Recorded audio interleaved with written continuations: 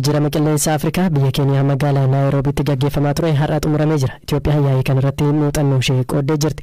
Yaa'iin kun Afrikaatti yeroo gaggeeffamu kan jalqabaati. Dhimma walgahii dhimma jijjiirama qilleensaa kana waa'illi koommayyuu taana itti dhiyeenyaan hordofaa tureeraas istuudiyootti argama. Ammayyuu walgahiin kun maalirratti xiyyeeffate qabxilee gurguddoo isaan kaase? Akkati jette yeroo jalqabaaf sadarkaa Afrikaatti yaa'iin kun kan taa'ame Afrikaan dhiibbaa jijjiirama qilleensaa baay'ee miidhamti. Garuu hammi gumaatu hammi qilleensa faaltu garuu baay'ee xiqqa. Kanaaf hooggantoonni yookiin mudurreewwan Afrikaa yeroo dheeraa fi deeggarsi barbaachisa. Biyyoonni lixaa qilleensa faalaa jiru garuu nu deeggaraa hin jiran komataa turan yeroo dheeraaf. Amma yaa'iin kun yeroo jalqabaaf ta'anii dhimma ijoo lama kan isaan irratti walii galanii inni jalqabaa global finance yookiin immoo taaksii yookiin immoo ashuuraan akka jettus keessumaa geejiba bishaanirraa geejiba qilleensaarraa akkasumas immoo gurgurtaa boba'aa irratti taaksiin akka jitu galii sanarraa argamuun immoo miidhaa jijjiirama qilleensaa dandamaatuuf akka oolu Afrikaa keessatti yaada dhiyeessaniiru. Inni lammaffaa immoo akkaataan sirna maallaqa addunyaa akka sirratu maaliif biyyoonni Afrikaa kun liqiilee argachuu akka rakkatan dubbatu yoo fudhatan illee hammi isaan kaffalan dhalli isaa akka itti baay'atu irra deebiin komatu ministeera muummee Itoophiyaas pirezidantiin Keeniyaas kaanis komii akkasii dhiyeessaa turanii waan lama ijoo kana kan isaan kaasanii yaada isaanii kanas immoo baatii sadaasa keessaa korrii waliigalaa UN irratti waa'ee jijjiirama qilleensaa kan laallatu jira isarratti dhiyeessu biyyoonni kaanis immoo akka deeggaran akka isaan gargaaran yaada dhiyeessaniiru. Afrikaan silaa miidhaa yookiin immoo hubaatii jijjiirama qilleensaarraa ishee qunnamuu waggaatti dandamachuuf haga doolaara biiliyoona 300 ishee barbaachisa garuu kan argataa jirtu dhibbantaa 10 yookiin immoo haga 12 kan ga'u qofaadha jedhu qo'attoonni.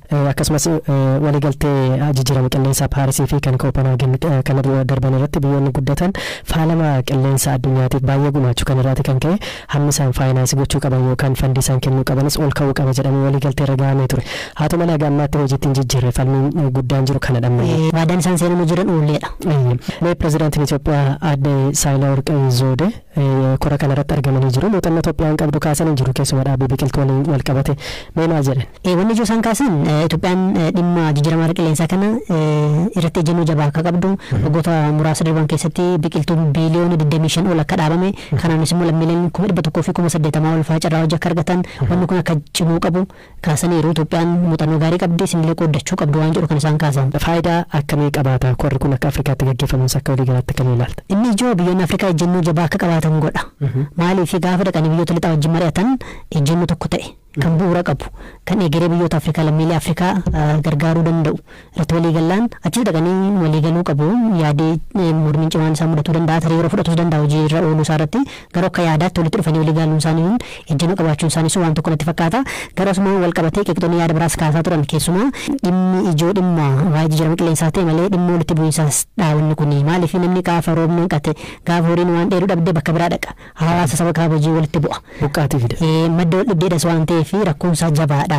Isaafis immoo xiyyeeffannoon kennamuu qaba ture inni garuu kaan hidhanii qeeqxoonni qeeqan akka jiranis morgeera.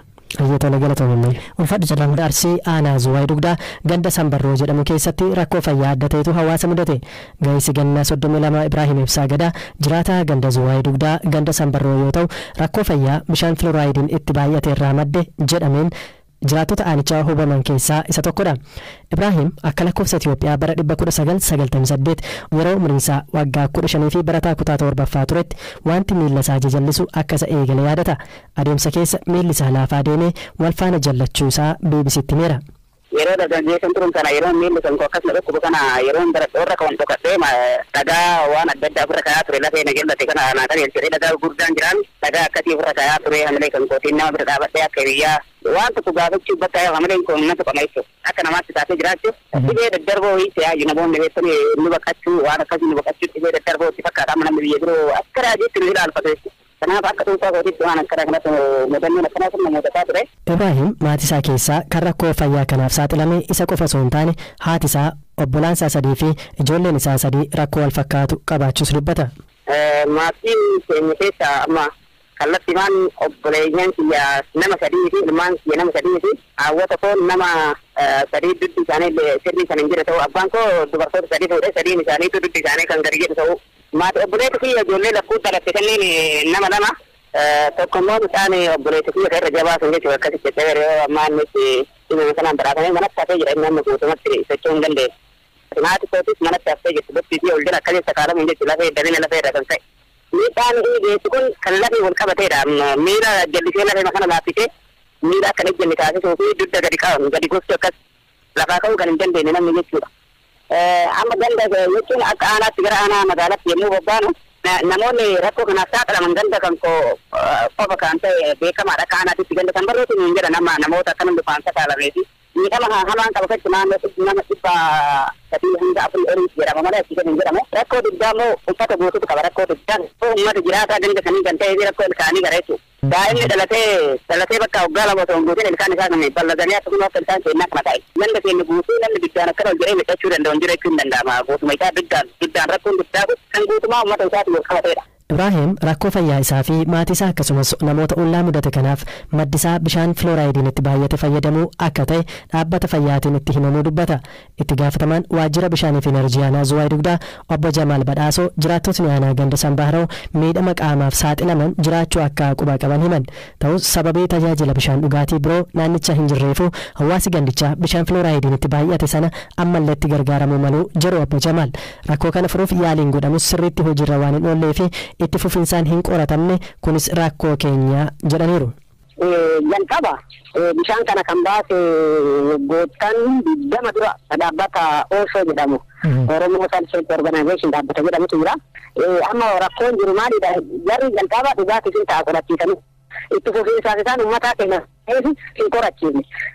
Qorannoo kanaan kan irra deemne ani mataa qiyyaan yeroo bishaanii kan qorachiise 2005 Oromiyaan maarkitti godhe boolli yeroo ammaa dhugaatii uummataatiif ta'uu hin dandeenye jedhee adda baasee nu kennu waan ta'eef daddafnee boollatan irratti hin cufne uummanni immoo rakkoo bishaanii waan qabu maalidha qaamni mootummaa qoteef alatti uroona jedhama naannoo keenyatti ufumaa qotatu ufuma bu'anii qotatu jechuudha kan mootummaan baaseefiin alatti deemee makamii dhabe uummata qaamni yeroodhaan jala bu'ee qorachiisuu qabullee qaamuma mootummaan as kaa'e waan ta'eef akka tokkotti ilaallee yeroo kan keessatti waan tarkaanfii barbaachisu tarkaanfiileen fudhatamillee jira garuu akka hanqinnaatitti wanta fidee caasaa mootummaa biraatti ilaalu maalidha waggaa lama yookaan waggaan qorachiisuu dhabuun rakkoo keenya bakka homaa gara birootitti maxxansuu hin dandeessu waan ta'eef qaamni barbaadee taa hoogganu adda manatan jira waan ta'eef qaamuma hoogganuu nuti qabnudha.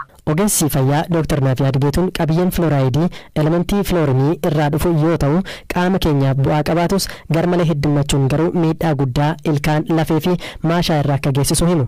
Lafeen akka laafu akka jallatu ilkaan akka halluun isaa baduu fi akka harca'u gochuun mallattoolee baay'achuu filooraayidii akka ta'e mirkaneessaniiru.